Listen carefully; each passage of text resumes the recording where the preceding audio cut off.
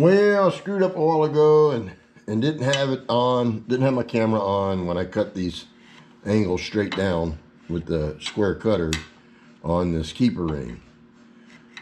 But so I'm gonna be taking the waist block off. It's got the keeper ring on it, and I'm gonna mount up the waist block that's got the bottom ring on it. I'm gonna take a measurement across to find out that diameter, and I'm gonna mark it out on the #1 ring, and then I'm gonna take the same square cutter and cut me a rabbet on there about 3/4 inch wide, or out to the outside diameter of the keeper ring, and roughly about 3/4 of an inch deep, because my floating bottom disc will be about 1/4 inch deep, and I'll try to capture that on a time lapse. But anyway, here we go.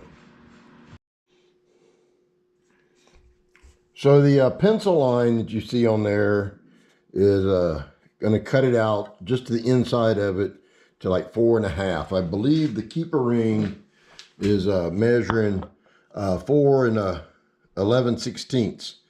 So it's the keeper ring is still a little larger than the rabbet will be, and I'll either trim a little bit off of the keeper ring, or I'll cut this rabbet just a little bit wider in a little bit, but we'll figure it out when the time comes.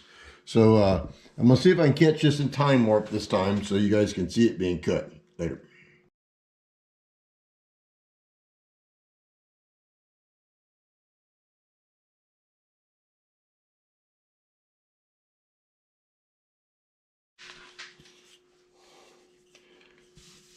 So it took a few times of fitting and cutting and starting and stopping and sizing, but I have it now where it fits on.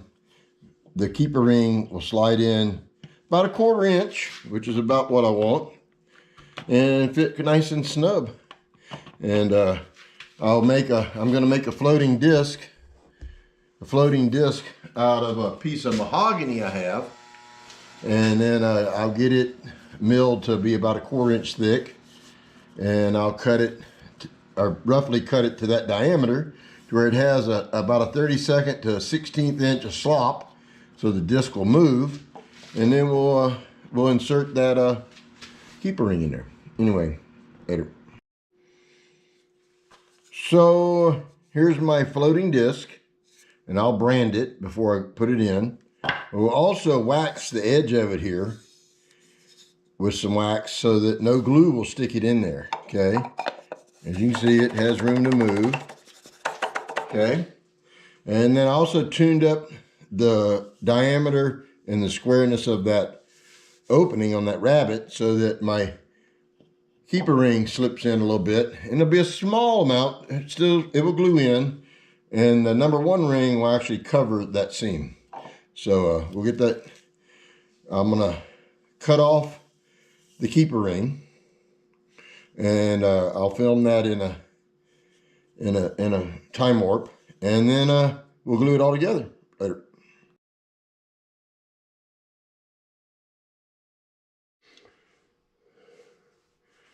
So I'm fixing to glue the keeper ring in and glue the floating bottom in. So I branded it with my brand. We won't see that brand anymore until I cut the waist block off. I've waxed the edge of the floating bottom so that it won't stick to any glue, and I put a light coating of glue all the way around on the keeper ring, and we're going to use paper spacers.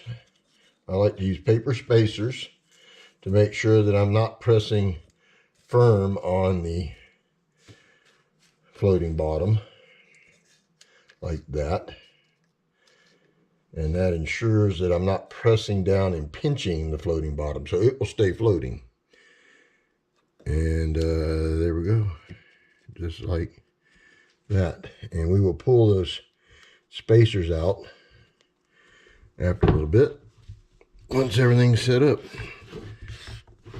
And then we'll cut that ring flush. And like I said, the #2 ring will cover that once I mount it and hide that seam like that right there. And you won't see that seam. And I'll finish it out, taper it down. Life will be good. So there are the keeper rings glued in. It's been a few hours since I glued it in. And we're going to turn it down smooth with the rest of the bowl. We got about a 1/4 inch takeoff.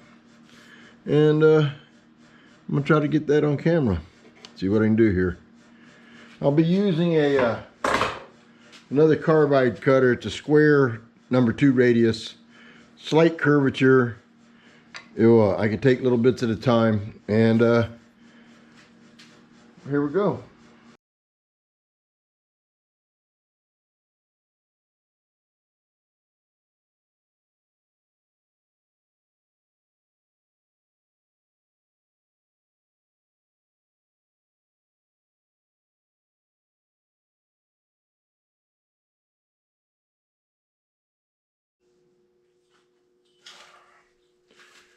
So there it is.